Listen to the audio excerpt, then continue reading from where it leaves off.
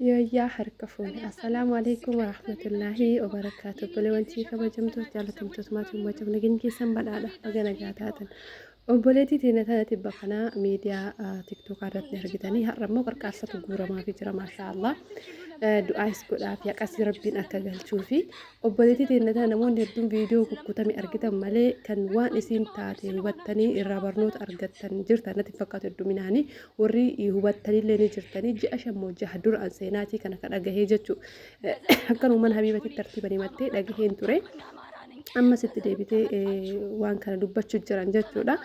Obboleettiin teetu wallaahi wanni isiin taate waan namu yoo of eeggannoo hin godhanne ta'uu danda'u waan namni hedduullee ta'ee jirudha jedhee yaada. Ka isii immoo xiqqoo layyatti jedha.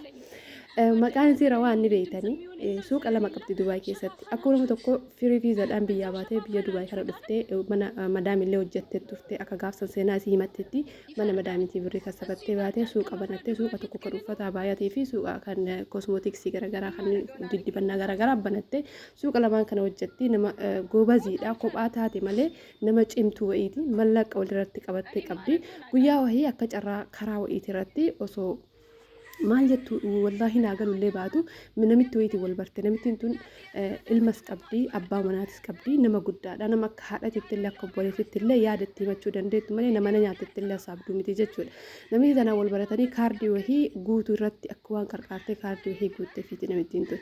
Ergasii namitti tanaa walis siqanii wal baratanii ergasii namittiin tun akka nama hojii hin qabneeti tun immoo hojii qabdii mitiiree ofitti qabdee ofisiisitee ergasii hojjanna kootuuliin jedhanii walii galanii godhan nyaatanii hojii mara waan kana wajjin hojjattee jechuun namittiin tun ergasanii waliin akkuma hiriyyummaatitti mee ni hojjadha addatti bahee maaf hin hojjanne birrii maaf naa hin liqeessine jettee yaada kenniteef ergasii hayyee hojjadhu jettee birrii ofii dirhaama 50 fuutee kenniteef wanni isii hojjechuuf yeroo sana yaada kenniteef jechuun namittiin suni mana kiraa qabadhee jette mana kiraa qabadhee bakka faafayaa biddeena eelee fakkeenya eelee baay'ee bitanii achirratti biddeena tolchanii wanni irratti gabaa irratti akka faafalanii jiru raabsaa jechuudha. Raabsaa biddeenaa sana hojjadhaa na baasa hojii kana malallee ni beekaa jetteen hayyee jettee birrii 50 dirhama kenniteef jechuudha. Yaaddanii namni tokko eenyu taanan agam nama gaarii taanan hojjadhu jedhee birrii ofii isaatii fuuraa buusee dhiiga buuseetiin walitti qabe kana namaa kenna dirhama 50 hodhu jettee kenniteef. Erga kenniteef booda namittiin tun hojiin eegalte imaaraa wayiirra mana kiraa qabdee hojii eegalte.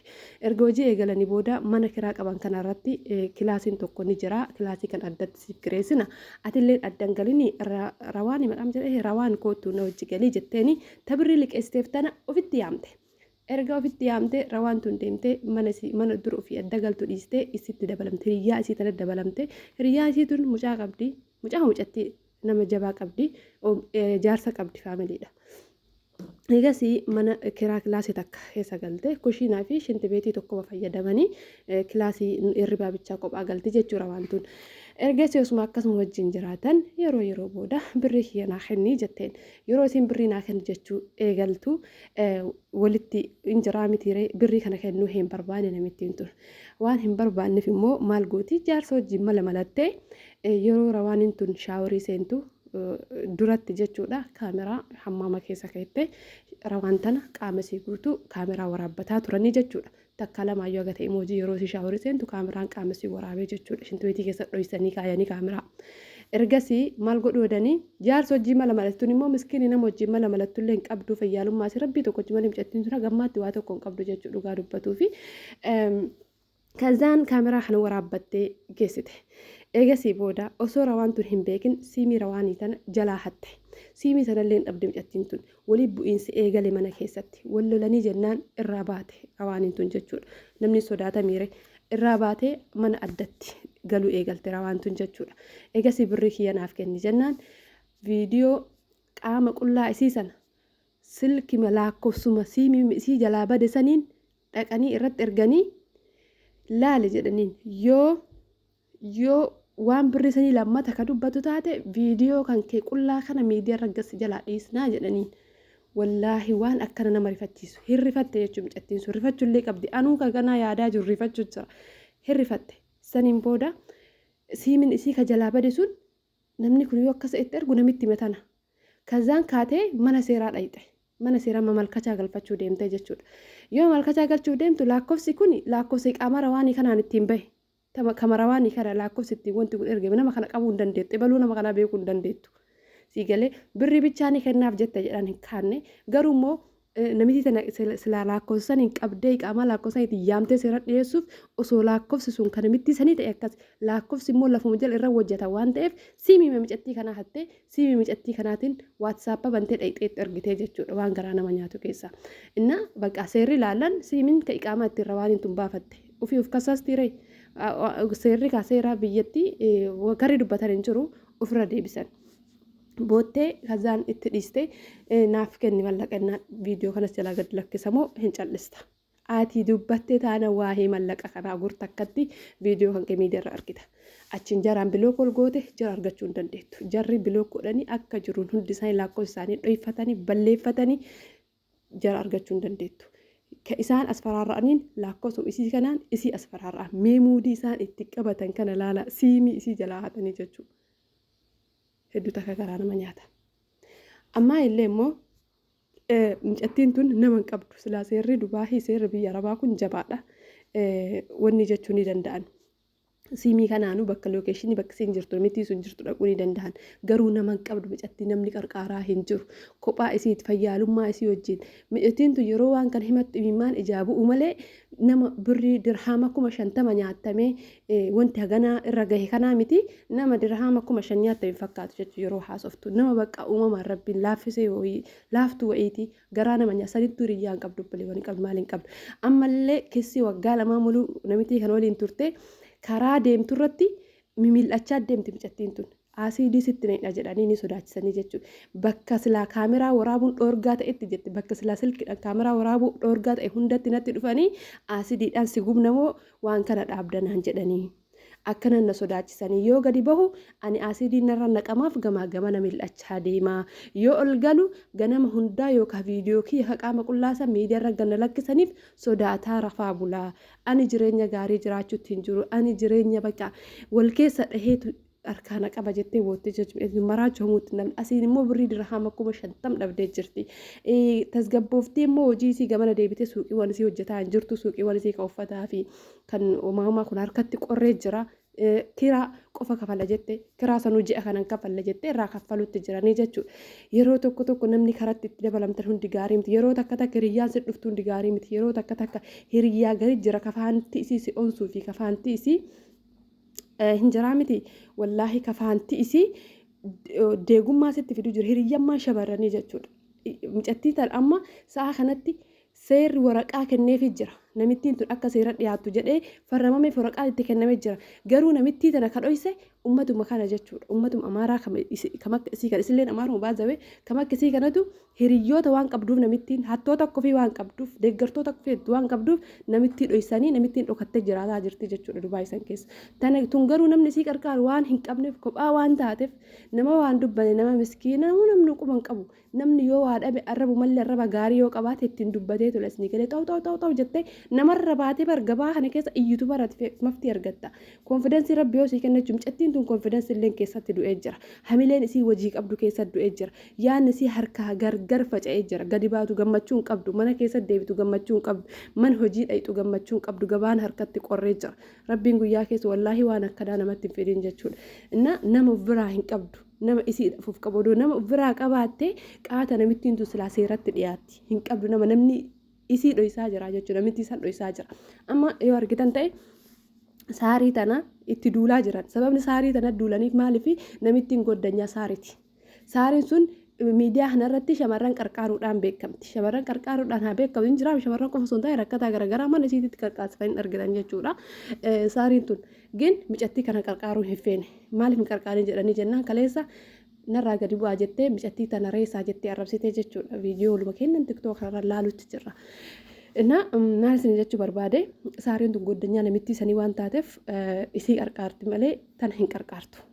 Tun immoo goddanyaa hin qabdu.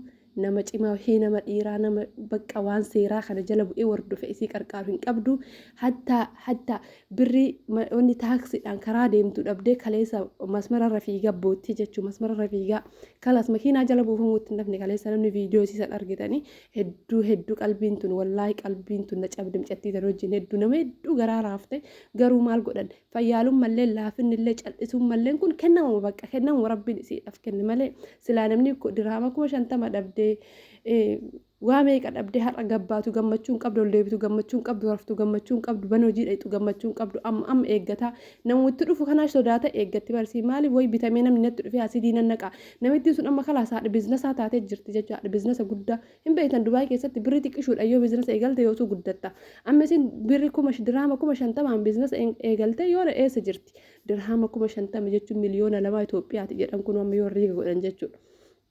Innaa micattiin tun kana dhabde kunu akkanatti maraachuutti jirti miidiyaa kanarraa namni isin argitanii waan isin dhibe yoo jiraate jechuudha. Ani asirra akka isin jechuu barbaadu biyya ormaa kana keessatti ijoolleen uqubii wajjin seentan of eeggannoo godhaa ijoolleen mallaqa waliif liqeessitan of eeggannoo godhaa akkasuma ijoolleen ijaazaa wal wajjin galtanillee of eeggannoo godhaa silkii teessan tanallee jabeeffadhaa akkasuma silkii keessan kana keessattis waan badaa qabattanii hin deeminaa hiriyya basin jaalattanii amantanii isin jala siixantu silkii keessan kana yoo inni argate keessaa dabarfata namni har'a wal jaalate bor wal jaalata jechuudha.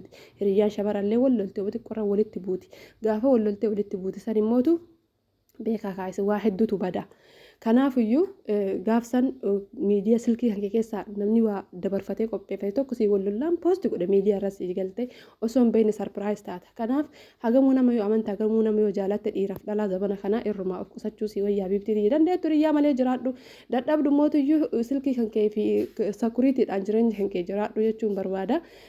Hedduutu akka nama sodaachisaa ijoolleen hedduun uqubii walirraa nyaatanii uqubii ta fudhatte sun uuma daaminti uqubii ergatti birri uqubii ijoollerraa guurtee takka birri uqubii ijoollerraa guurtee jedhan wallaahi laasim an dubbachuu jibbee dhiise birri uqubii ijoollerraa sabattee geessitee birri biyya buufattee edaa isin qophii galaatitti jirti namni quba isiin qabu hin jiru saniin booda madaamintiin akka tattee shaanxa mogottu tattee kaatee biyya buute jedhan.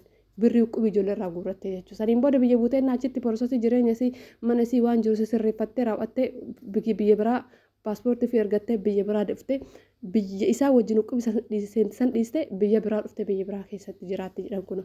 Innaa waan akkanaa kana jira ijoollee hedduu fotoona ergee keessa waan akkanaatti nu miidhee waan akkanatti taane poosti nu godhinaan jedhan ijoollee hedduu gaafa. As biyya kana as deebi'u dhiyootan uqubiin sana namoota gaggaafataa ture nama sadeetu maannaan jedhame jiila qabna nuun jedhan uqubii akkana nyaatamne akkanatti tokko uqubii nu nyaatee biyya gale akkanatti tokko uqubii kan walitti qabatee fudhatee akkanatti silkii gadi cufatee akkana taanee ahaa badii waan akkanaatti jira hayyee dhiis baqqaa jedhee akkasittuu ijoollee xiqqoo amanurraan uqubii wayii seenee jechuun illee innaa wanta uqubii kanarrallee ofirraa if eegaa maaliif isin nyaattu birriin teessan okota keessan keessatti irraa garaa jabaadha amma uqubiin tun maaliif nu fayyaddi beektanii birrii balleessina yoo bira nu bira jiraatti rakkataatti warratti maalitti uffatatti maali jinnitti balleessina waan ta'eef kanaaf sila uqubiin nu fayyaddi garuu namni hin jiru akkam goota namni foon uffatee deema malee qalbiin namummaa isa keessa hin jirtu nama akkana zaman akkana bade kana keessatti immoo ati birrii kan kee farkaa baastee akka itti fidde beekta bara har'a diraama 50 tan micattiin akka itti fidde yaaddanii waggaa meeqa xaartee mana madaamillee hojjettee jechuu firii fi zanuu jechuu mana madaamii hojjettee achii baatee dhakaamu kamee qatti buutee 50 diraama walitti qabda micattiin tun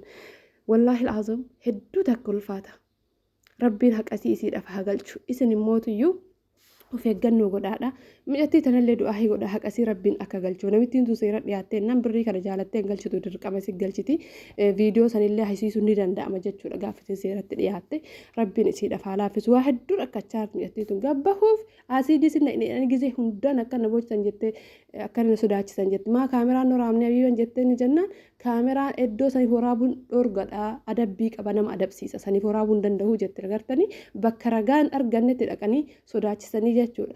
Innaa hedduu rakkachuu jirti wallaahi rabbi si wajjin haa jiraatu nama dhabuutu kanaan nama gaha kanaaf obboleewwan tiyyaa hiriyootaallee waan hojii bakka hojii keessatti illee ofirraa eegaa bakka mee ofuma taa'atumaan jiraadha bakka haga tokko iccitii keessa dhodhoyfataatumaan jiraadha silaa ulfaate barri jireenyi bara kanaa ulfaate wallaahi beekon eenyu wajjin amanteen hojii akka jiraattu ulfaataadha rabbiin nu haatiis waan akkanaarra obboleewwan ta'e inni isaanii jalaa nyaatte immoo rabbiin haqa isaanii yaa galchuuf.